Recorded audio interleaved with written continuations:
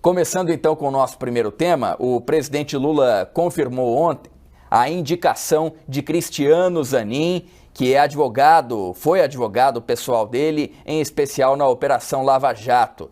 Cristiano Zanin vai ser então o indicado do presidente Lula para o Supremo Tribunal Federal, o STF. A expectativa é que esse nome chegue à CCJ, a Comissão de Constituição e Justiça do Senado, que é a responsável por sabatinar então os indicados pelo presidente da República. Esse nome deve chegar nos próximos dias lá à CCJ. A partir de então, a CCJ vai pautar essa sabatina com o indicado pelo presidente da República. Logo depois, se o nome for aprovado na comissão, passa ao plenário do Senado. Aprovado no plenário do Senado, aí então Cristiano Zanin pode assumir a vaga deixada por Ricardo Lewandowski, que se aposentou em abril, no mês retrasado, então, né? Atualmente, o Supremo Tribunal Federal está com 10 dos 11 ministros. A vaga de Ricardo Lewandowski continua ainda aberta e deve ser ocupada, então, pelo advogado do presidente Lula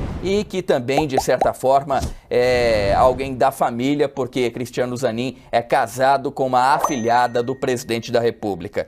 Indicação que acabou trazendo à tona algumas polêmicas, algumas críticas, porque principalmente a oposição acusa o presidente Lula de não interferir ali, de interferir ali no Supremo Tribunal Federal e de fazer a indicação sem levar em conta o critério da impessoalidade da administração pública.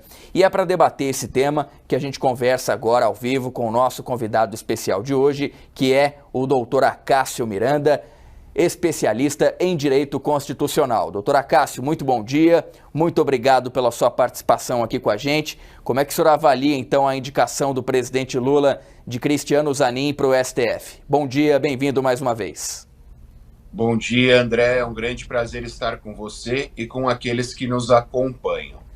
Acho, diante das suas ponderações, que é necessário nós separarmos a indicação do Cristiano Zanin para o Supremo Tribunal Federal de uma eventual atuação do Cristiano Zanin, acaso aprovado pelo Senado Federal.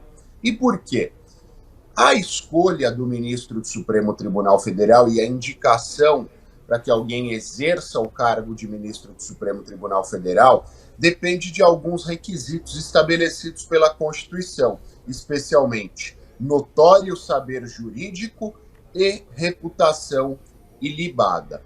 E, obviamente, nos últimos anos, as últimas indicações ao Supremo Tribunal Federal têm nos mostrado certas tendências. Depois do mensalão e principalmente da Lava Jato, os presidentes da República, foi assim com o Michel Temer, foi assim nas duas indicações do Bolsonaro e está sendo assim na indicação do Lula. Tem optado por pessoas próximas.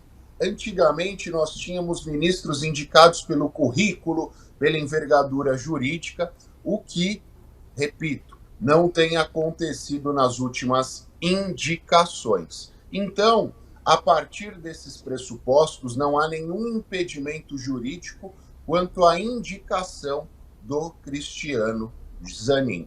Concordemos ou não com estas regras, fato é o que se tem. No que diz respeito à atuação do Cristiano Zanin, acaso aprovado o ministro do Supremo Tribunal Federal, aí as circunstâncias seriam diferentes. Diferentes porque nós temos regras de impedimento e suspeição. E todas as vezes que ele fosse, enquanto ministro, obrigado a atuar em processos que envolvam interesses do atual presidente da República, no meu entendimento, ele tem a obrigação de se declarar suspeito ou impedido. Mas aí nós temos que esperar as cenas dos próximos capítulos para analisarmos se ele de fato tomará essas atitudes ou não tomará essas atitudes. Doutora Cássio, a gente vê, por exemplo, que depois que houve essa indicação, a oficialização dessa indicação por parte do presidente da República, alguns críticos dizendo que esse chamado notório saber jurídico não seria ali uma qualidade de Cristiano Zanin, apesar da experiência que ele tem e que é inegável, né? Principalmente experiência proporcionada em toda essa questão envolvendo a Operação Lava Jato, mas o notório saber jurídico com a atuação maior ali na academia de direito, em citações, em trabalhos acadêmicos também de direito. Parece que Cristiano Zanin não teria tanta penetração assim no mundo acadêmico, né? E que por isso não poderia ser considerado o notório saber jurídico. Afinal de contas, o que a gente pode entender por notório saber jurídico, ou é simplesmente um quesito subjetivo que vai da análise de cada um? Você tocou exatamente na complexidade da interpretação do notório saber jurídico, André, porque é um quesito, é uma característica, é algo a ser superado, mas carregado de subjetivismo. Se nós juntássemos aqui 3 intérpretes da Constituição, muito provavelmente nós teríamos 3 interpretações diferentes sobre o que seja notório saber jurídico. Obviamente, e você também com acerto tocou num segundo ponto. Diferentemente da grande maioria dos outros ministros do Supremo Tribunal Federal, o Zanin não tem carreira acadêmica sólida, ele não tem notoriedade em termos de publicações, em termos de mestrado, doutorado, livros, artigos em grandes periódicos, ele não carrega esse traço.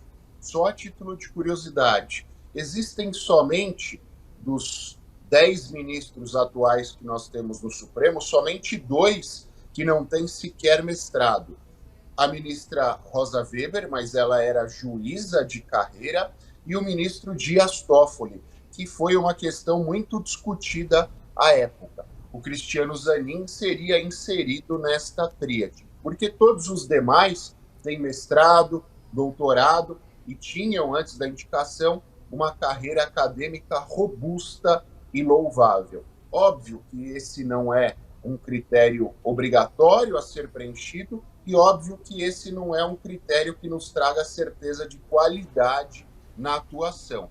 Mas é impossível nós discordarmos também que quanto mais conquistas acadêmicas, quanto mais robustez acadêmica, obviamente mais musculatura e mais força no exercício desse cargo de ministro.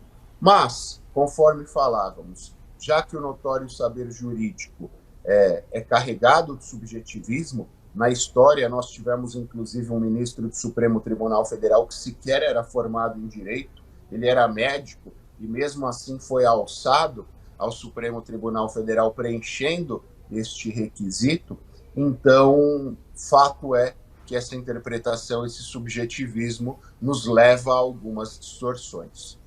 E aí, doutora Cássio, para a gente encerrar, acaba também que a oposição, alguns críticos a essa indicação, vão propondo medidas para mudar, então, os nomes que são indicados pelo presidente da República para o STF, para mudar esse mecanismo, né? Já tem deputado, inclusive, propondo ali que sejam mandatos no STF e não que esses ministros do STF fiquem ali até a aposentadoria, atualmente aos 75 anos. Existe algum espaço, alguma possibilidade de mudança nesse sentido, de permanência, então, dos ministros do STF? Ou é importante que eles fiquem ali até mesmo o final do prazo previsto na própria Constituição para garantir aquela independência, aquela isenção nos julgamentos sem a interferência política? André, eu acho que essa discussão é válida, ela é salutar e necessária. Mas eu confesso que eu tenho certas restrições quanto ao fato de nós discutirmos no calor da confusão, porque nós acabamos tomando medidas assodadas e medidas muito mais motivadas pela emoção e pela razão. Eu acho que essa discussão, no que diz respeito aos ministros do Supremo Tribunal Federal, especialmente sobre o período em que eles exerçam o cargo de ministro do Supremo Tribunal Federal, é necessária. Ela já foi feita em outros países, como é o caso dos Estados Unidos, que optaram por manter o cargo vitalício.